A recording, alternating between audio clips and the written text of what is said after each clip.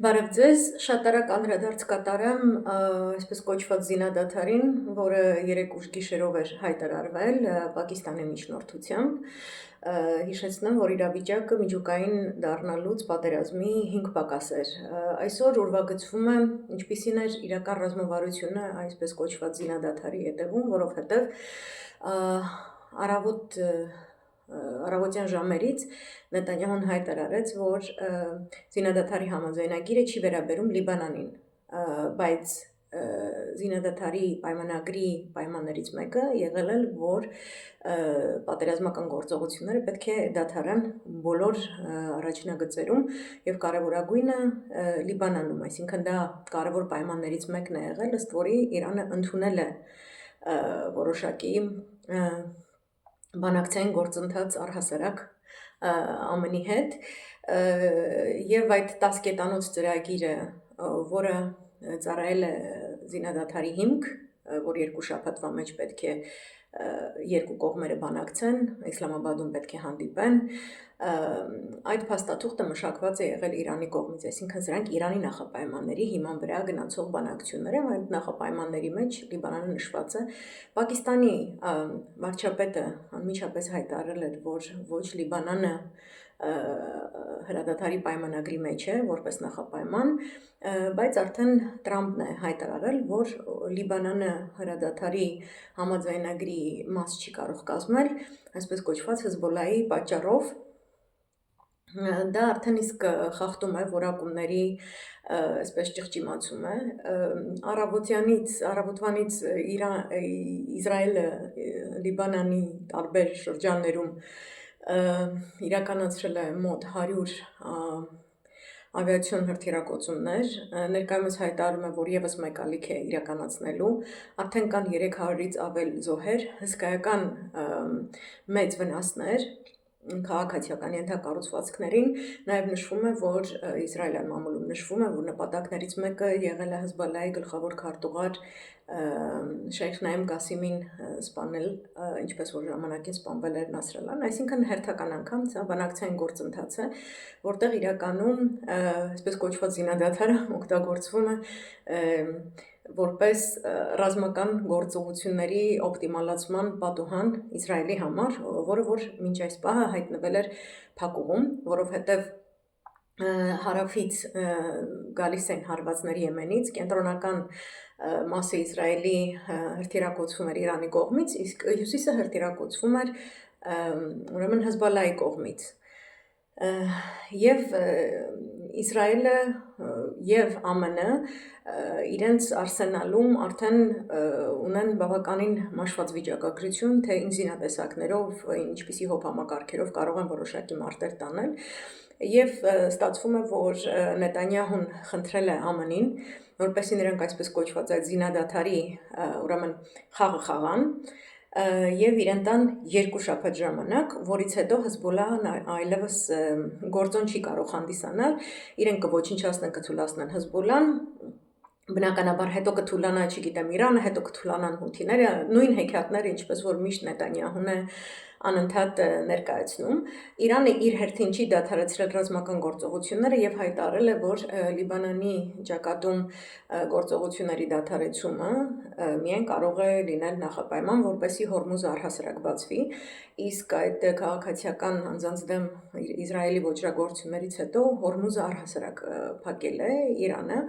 եւ ներկայումս գտնվում է գործընթացում, ըստ որի ռազմական գործողությունների ծրագիր է մշակվում Իսրայելին պատժելու ուղղությամբ, այնպես որ ես չէի ցանկանա, որպեսզի մեր հայկական տիրույթում այսպես էյֆորիա ինչ-որ տիրի, որ իբրև թե կա զինադադար եւ այլն, ընդհանուր առմամբ զինադադարը պարտադրված է ԱՄՆ-ին եւ Իսրայելին, մենք գոնե ունենք ուրվագծեր, ըստ որի նրանք անընդունակ են մարտի դաշտում հաջողություն արձանագրելու, Իրանը բավականին վճռական է տրամադրված իր ռազմի դաշտում ունեցած հաջողությունները ամրագրել թե դիվանագիտական ճակատում եւ թե հատկապես իր ռազմաքաղաքական դիրքի որպես աշխարհաքաղաքական ուժային կենտրոն հաստատման ուղղությամբ ողջ տարածաշրջանում եւ մենք տեսել ենք, որ առավոտվանից որոշակի հարձակումներ են տեղի ունենում Քուվեյթում, Սաուդյան Արաբիայում, Բահրեյնում, Քաթարում, Հորդանանում ամերիկյան ռազմաբազաների դեմ, մի շարք ենթակառուցվածքային ցանցերի դեմ, գազի հետ կապված, էլեկտրականության հետ կապված, ջրամատակարարման հետ կապված, որտեղ ընկերություններում հայտարարել են ԱՄՆ-ը, նաև հաղորդում է տրվել, որ Բեյրութում ԱՄՆ դեսպանատան դեմ հարձակում է եղել, որի մանրամասները դեռևս հայտնի չեն։ Իրանը ներկայումս իր բոլոր այսպես մարմինները քննարկումներ են անցկացնում, ինչպես պետք է պատասխանեն Իսրայելին, համենայն դեպս այն ինչ որ գետնի վրա տեղի ունենում, զինադադարի տեսք չունի։ Պակիստանի վարչապետը նաև հայտարարություն է արել, որ հորդորում է բոլոր կողմերին զերծ մնալ հրադադարի պայմանների խախտումից եւ այլն, այսինքն այստեղ անընդհատ մենք տեսնում ենք Նետանյահուի նույն գործելավոճը, բանակցություն, զինադադար է խնդրում անպայման փուլային, անմիջապես պատերազմին վերջնականապես վերջ տալու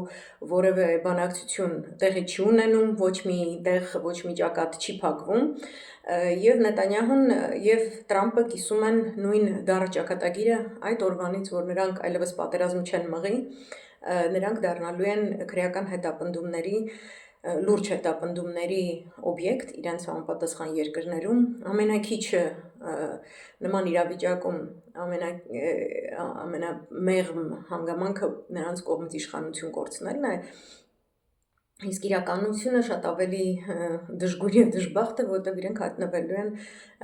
ճաղերի ետևում երկուսն էլ եւ իրենց համագործակցության վերաբերյալ որոշակի ուրվագծեր են առաջանում, որոնք դարձնում են իրենց բավականին անվստահելի, շեշտեմ, որ գիշերը Իրանի կողմից հայտարարություններ արվել, որ Իսլամաբադում կայանալիք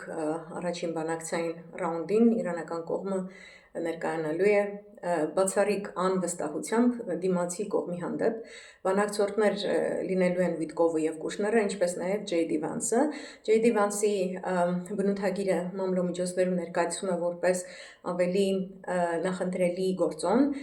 իրանական կողմի տեսանկյունից, որ իբրև թե նրան տարբեր են վերաբերում, քան Վիտկովին եւ Քուշներին, ներկայացվում ամերիկյան մամուլում, որ Վենսը ի սկզբանե դեմ է հանդես եկել այս պատերազմին, որ ինքը ավելի ողջախոհ է, սակայն այս ամենը խաղ է, Իսրայելը եւ ԱՄՆ այն էլիտաների շրջանակում խորքային պետության, որոնք Նետանյահուի եւ Տրամպի որպես քաղաքական գործիչներ առաջին դեմքեր իրենց գլխավոր հովանավորներն են, բավականին ներդաշնակ ծրագրերով են գործում եւ այստեղ միջազգային իրավունքի նորմերին համապատասխանելու որևէ այսպես ակտուալ նվիրում մենք ոչ Իսրայելի, ոչ ԱՄՆ-ի կողմից չենք տեսնում։ Սույն զինադադարի կայացման կարևոր գործոն Իրանի կողմից ընդունելու կարևոր գործոն հանդիսացել է Չինաստանի առաջնայինորեն եւ հետո Ռուսաստանի հորդորը, ովքեր 3 ՄԱԿ-ի անվտանգության խորհրդում կայացած պրոամերիկյան Բահրեյնի ներկայացրած Հորմուզի նեղուցը բացելու նվիրված ռեզոլյուցիայի քվեարկության ժամանակ